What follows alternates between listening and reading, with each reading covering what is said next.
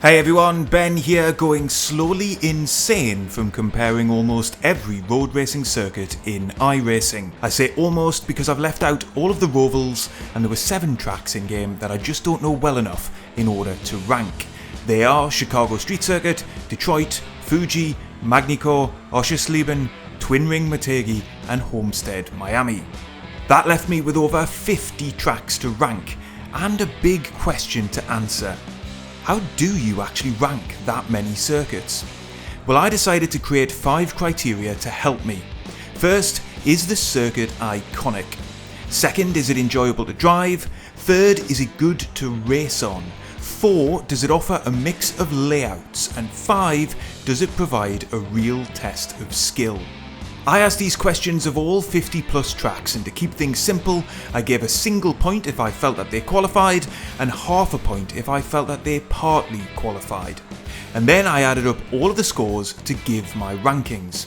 To be clear, this isn't a buyer's guide. It's a bit of fun, and while these things might influence your decision making to purchase a track, so should whether it features in various racing schedules across the service at any given time.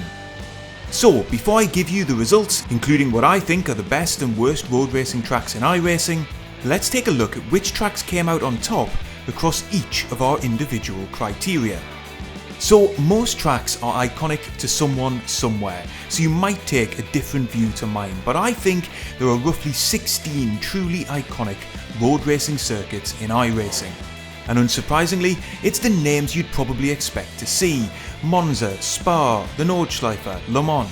These are racetracks that have played host to motorsport history and feature some of the most famous sections of track anywhere in the world. One of the great joys of sim racing is that it gives us the chance to sample these iconic circuits ourselves, and iRacing offers up loads of them. But what about the really enjoyable tracks to drive in iRacing?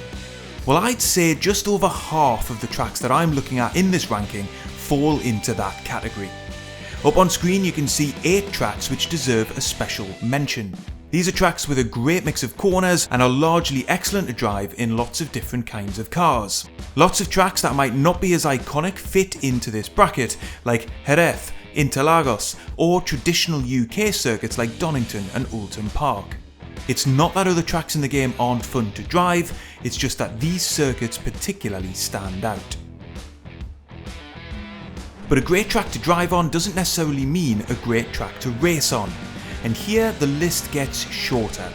I'd say there are roughly 14 tracks in iRacing where you're almost guaranteed to get a good race, and 8 of them are on screen now.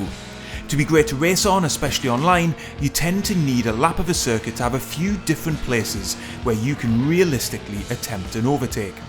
Don't get me wrong, I enjoy racing on tighter circuits like Long Beach, but let's be fair, it's often carnage or a race of attrition as cars lap in single file stuck in traffic. So tracks like Barcelona, the Nürburgring Grand Prix and Road America stand out here for me. Some tracks in iRacing come with multiple layouts, which can be great for variety, but also ensuring that many different car classes can race there. These 4 tracks in particular stand out for their versatility for me. And then finally we get to the real tests of skill in iRacing. I think these 8 tracks are particularly challenging for a host of reasons, and it isn't always to do with the track layout, as much as the punishments for getting it even slightly wrong. You can't really look past the Nordschleife for an ultimate test of skill, given the variety and difficulty of corners and the length of the lap, but tracks like Mid-Ohio with its elevation changes and off-camber corners also present a real challenge, as do highly technical tracks like the Hungaroring or Aragon. If you can be consistently fast at circuits like that, then you're doing pretty well. So when we bring all of this together, what does the ranking look like?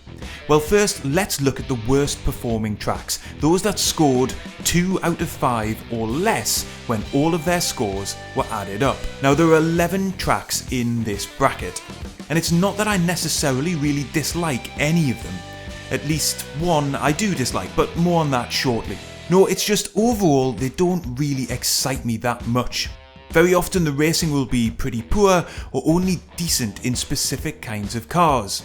That means they probably haven't provided me with many memorable races, at least not in a good way, and when I see them in the ranked schedules, I'll probably look for something else to race if I can. But what about the top ranked tracks then? Well, according to my ranking, there are 10 tracks with a score of 4 or above. They're our best performers and they're up on screen now. Now these are, in my opinion, the very best road racing tracks in iRacing. They perform well across all of the criteria we've set, and I know from a personal experience the fantastic quality of driving and racing that they provide. They're packed full of iconic corners and demand real driver skill to excel around. But now let's drill right down. Using the scores that I've awarded, what is the worst and the best track in iRacing? And by the way, let me know in the comments if you agree or disagree. Well, my worst ranked track is Summit Point. Now I feel bad about this in a way because this track is synonymous with iRacing, and in the right cars it can be fun, but honestly it can more often than not be pretty boring, with cars stacked in single file throughout, and when it isn't boring it's often a wreckfest. I have had the odd decent session here, but really it's just been a bit painful in my experience. What about the flip side of the coin then? The best track in iRacing for me? Well, that's Suzuka. Now Sebring runs this pretty close, but overall I feel like Suzuka brings the best mix of iconic corners, huge pleasure to drive and race on, great layout variations which make it suitable for all kinds of cars, and it's a real test of driver skill too. It is, in my opinion, the best track in all of sim racing, and if you want to see Suzuka in action in all of its glory, as well as some top tips when it comes to racecraft, then check out the video that's on screen now.